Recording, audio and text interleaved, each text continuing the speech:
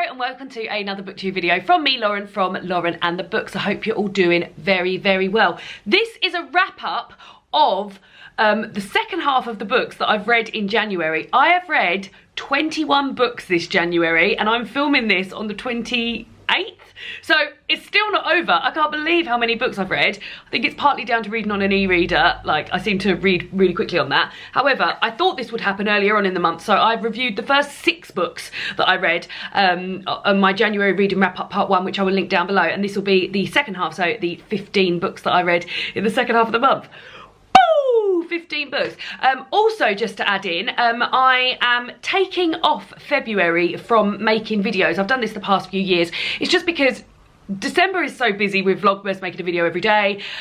January is a really great month to make videos and watch videos because there's lots of like reading resolutions and best books of the year, etc. So because February is a shorter month, the past few years I've taken off February, so I will be doing that. So there won't be a February wrap up going up on this channel, but if you do want to keep up to date with my reading, I am reviewing it. I've done this, I did this last year and I've really enjoyed doing it. On my Instagram, in my Instagram stories, I review every single book I read. So you'll get a sort of more succinct review of what you're getting here over there on Instagram stories if you fancy that.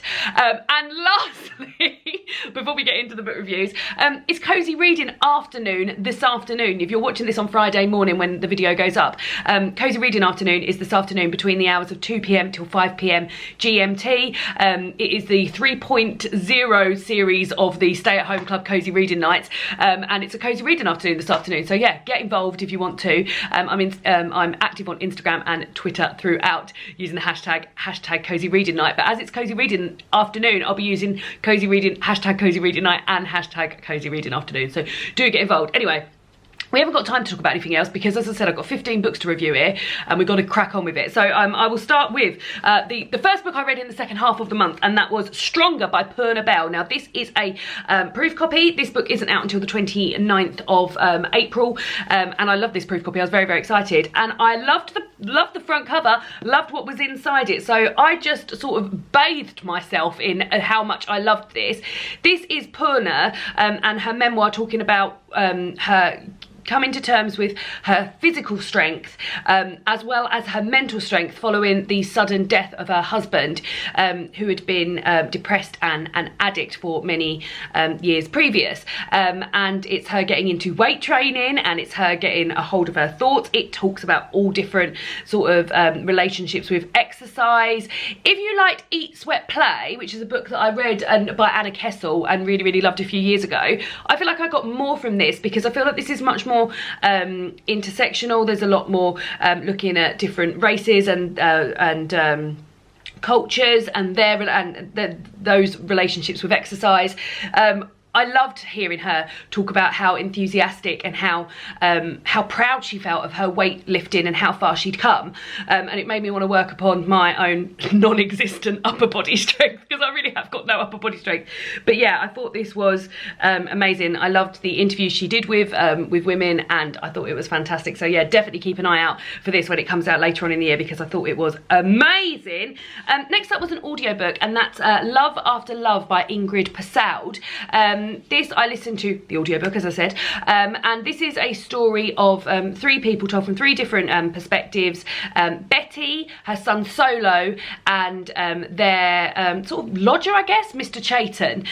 It's set in Trinidad, and although it deals with some really proper heavy stuff that I don't think I was fully expecting, like domestic violence, loss of a parent, what else, immigration, homophobia, the whole experience of reading the book, listening to the book, felt quite gentle.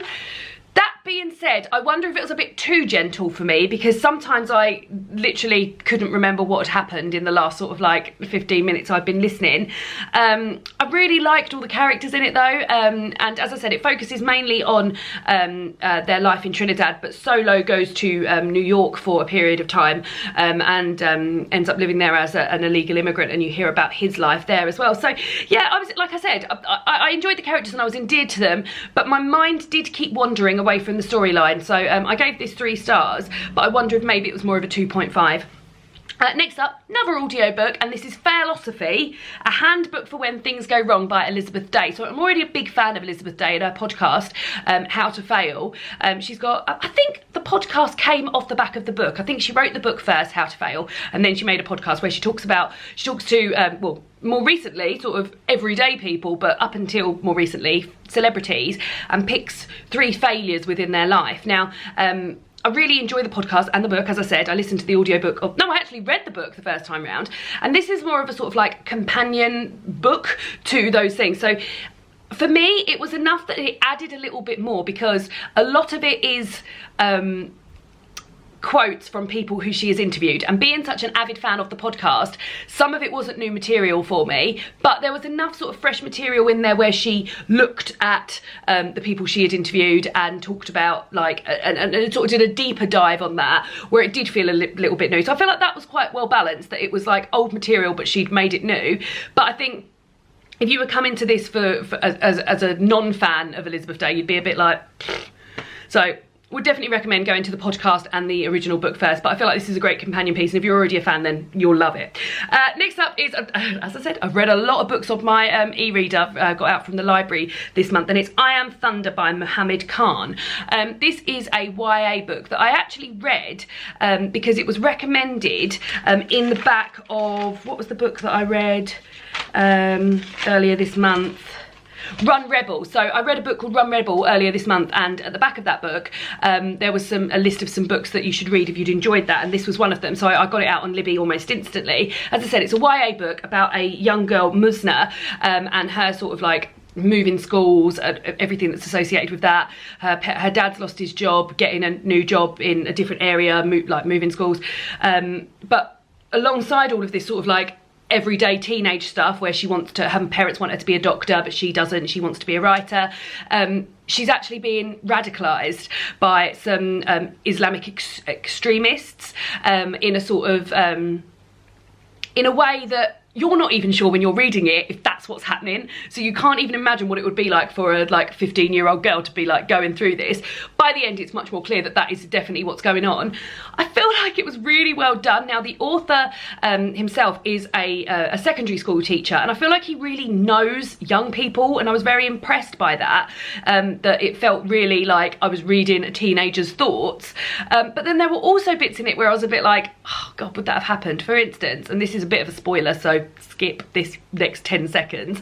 One night, these 2 Muslim teenagers decide that they're really horny, so they think in order to have sex, we'll just go and get married at the mosque. And that is like exactly what happens. So yeah, there was bits of it which felt a bit sort of like, oh, would that have actually happened? But like, I feel like it was really well done and interesting for me to read as an outsider, how someone who hasn't been radicalised, how that would happen so slowly. And to be honest, before the big sort of radicalisation even happens, something has almost happened to her when she's a young, like not even a teenager, like younger, where she's tried to be radicalised. So yeah, I found it really interesting, and I'm really glad I read it.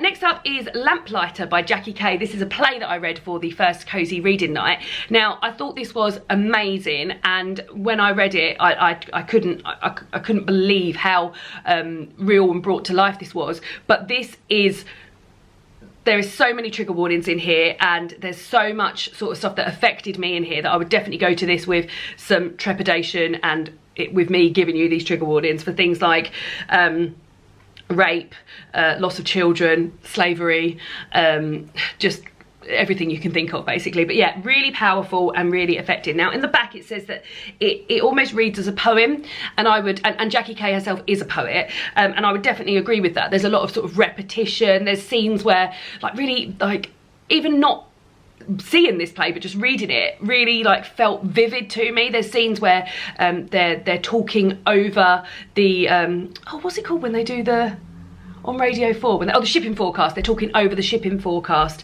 and repeating words that are in the shipping forecast, and then the words that they're saying are appearing in the shipping forecast, and just very like repetitive, and a rhythm to it, a real rhythm to it is what I'm trying to say. I'm definitely going to be seeking out more of Jackie Kay's work, and I just thought it was super duper impressive. And yeah, like I said, I read it in one evening. I mean, it was 83 pages, but yeah, really, God, just so much feeling in there. Next up was an audiobook, and it was The Truth We Hold by Kamala Harris.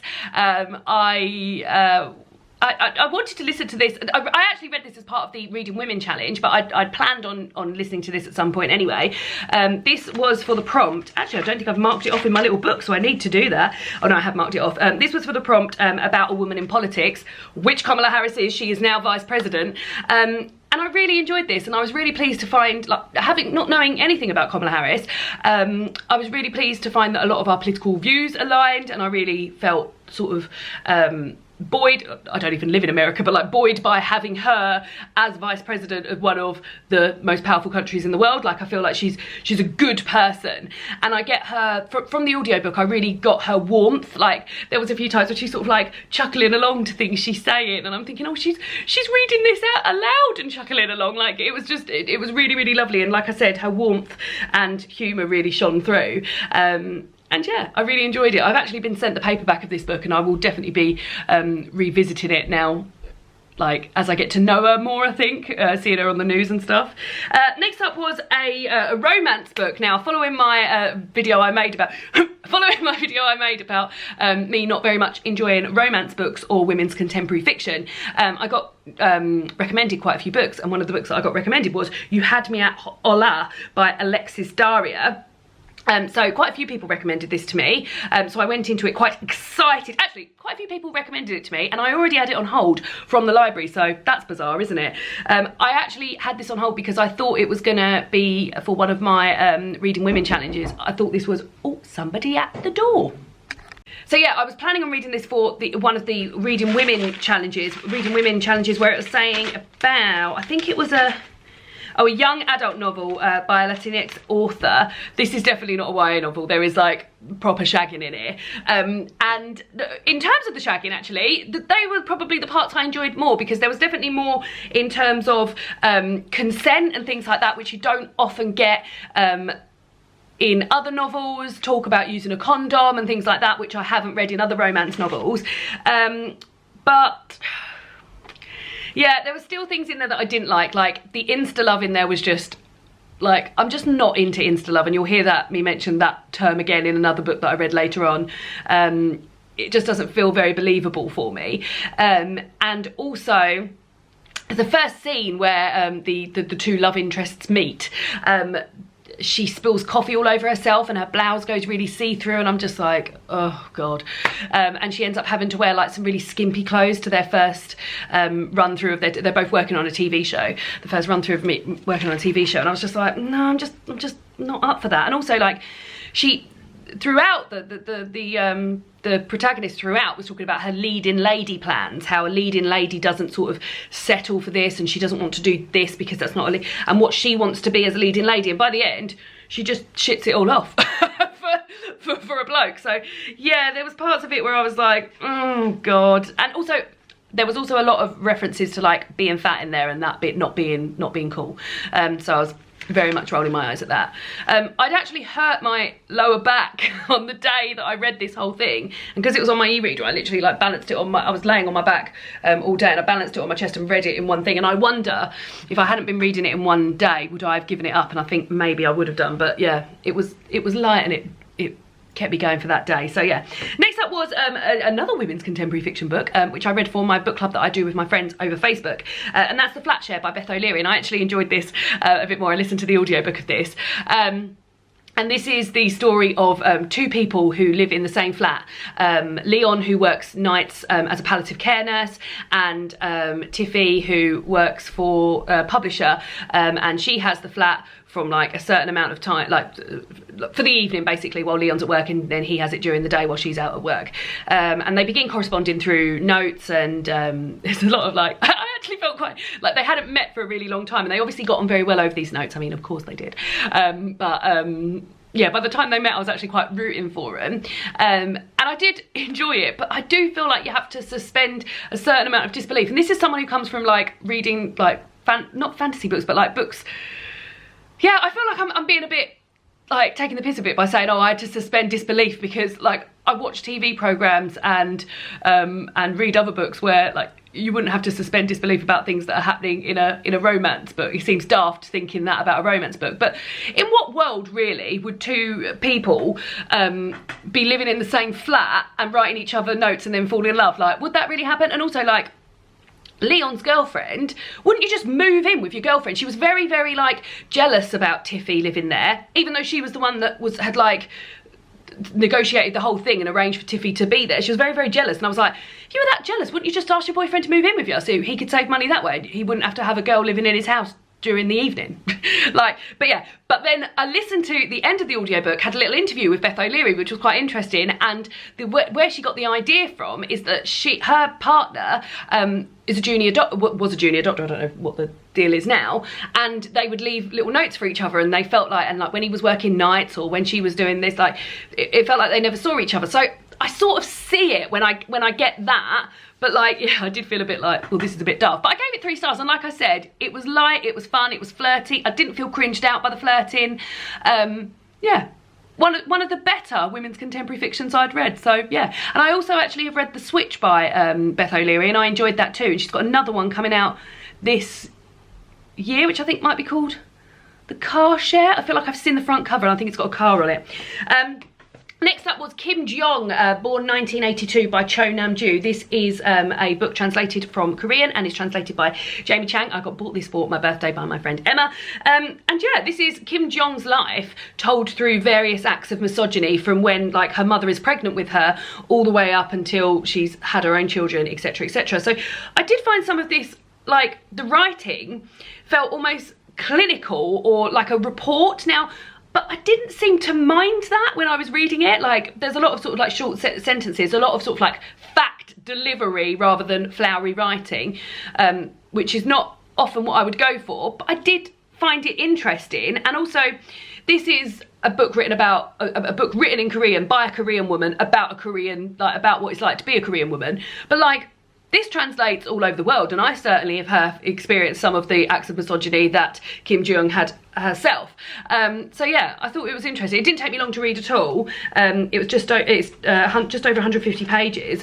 But yeah, I found it interesting. But because of like the sort of like clinicalness of it, the report, I don't have much more to say on it other than I enjoyed it and I've experienced some of that other stuff. So yeah, there we go.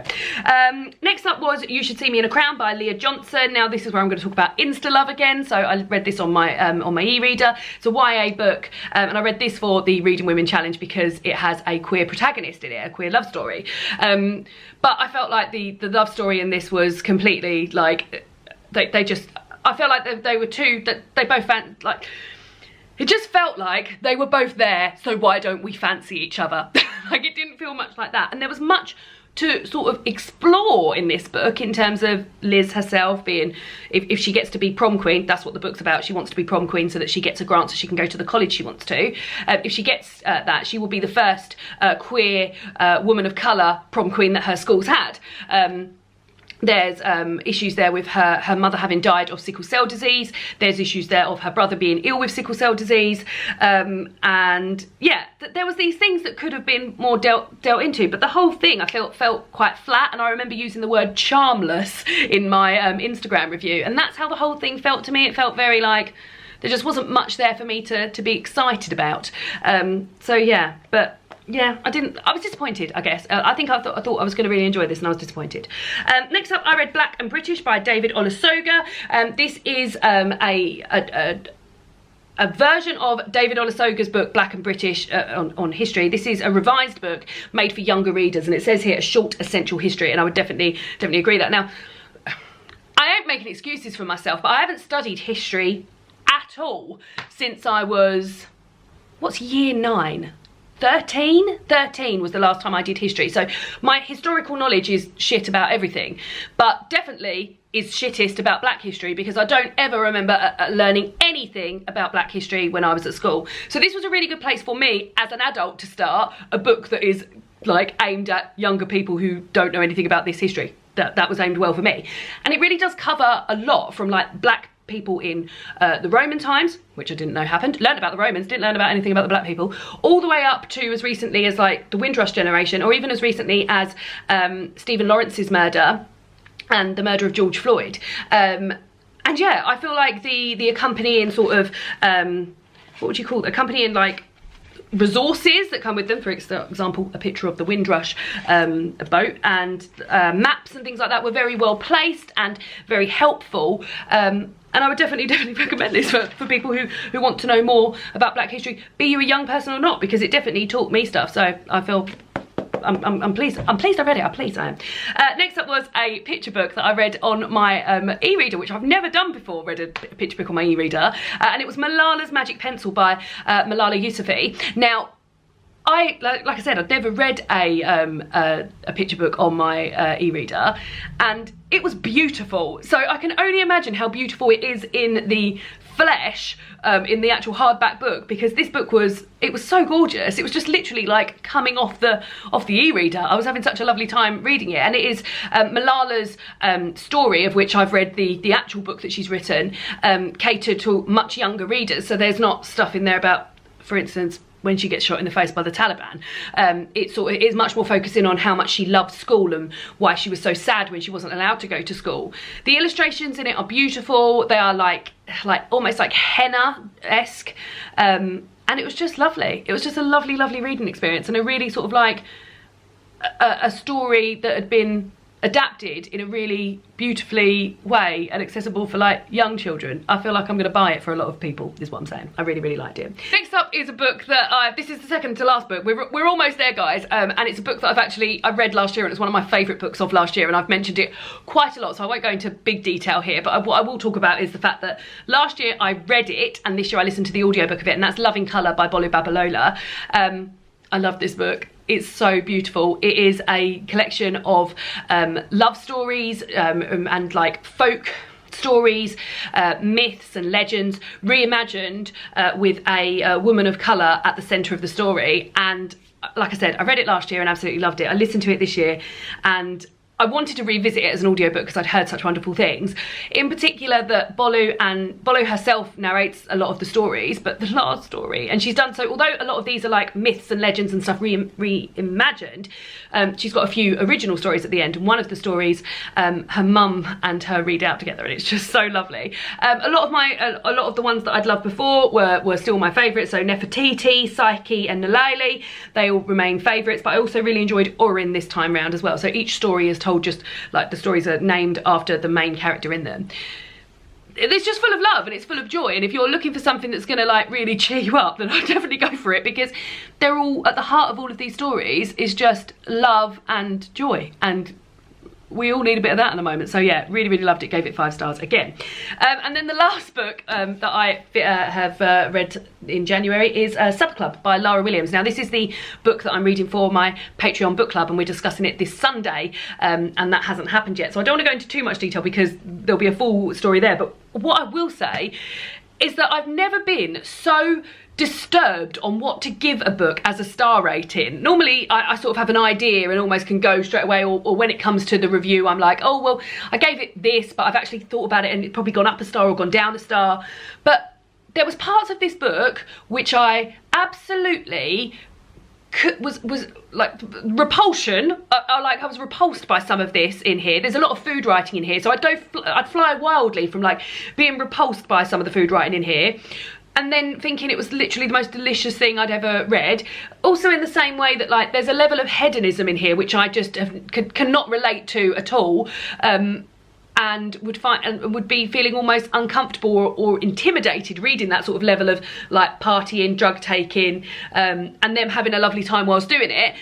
And I'd feel so removed from that I was like, God, I don't think I can relate to this as well, to then reading the next page and finding out that it was the most relatable thing ever. So yeah, I settled on a 3-star. This is, if I could say anything, this is the least 3-star book I've ever read in my life, but because I settled from thinking it was going to be a 5-star to think it was going to be a 1-star, I've been left with no option, guys.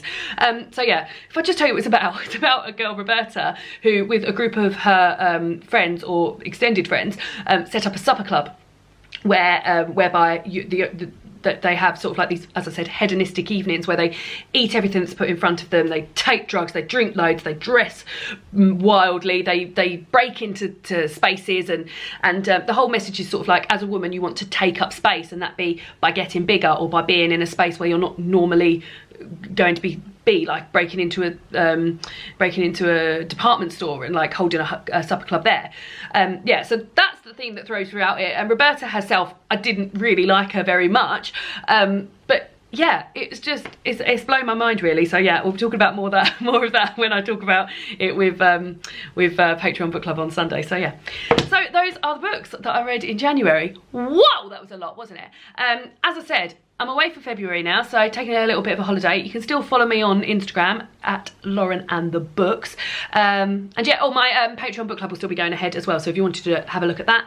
If you're going to miss me in February and you think, oh, I'd quite like to see Lauren in February, well, my Patreon book club's still going on and we're reading The Kiss Quotient by Helen Huang if you'd like to join in.